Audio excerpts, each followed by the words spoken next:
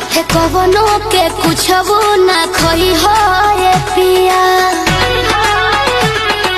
ए पिया माना कहनी पुरबवा ना जई हो ए पिया। हाथ कवनो के कुछबो ना खोई हो ए पिया। बोल मुँह के बिगड़ल सबंग लीनिया रे बंग लीनिया। चित बदली खिया के मजा मोरल सरे है बंगलिया। चित बदली खिया के मजा मोरल सरे है बंगलिया।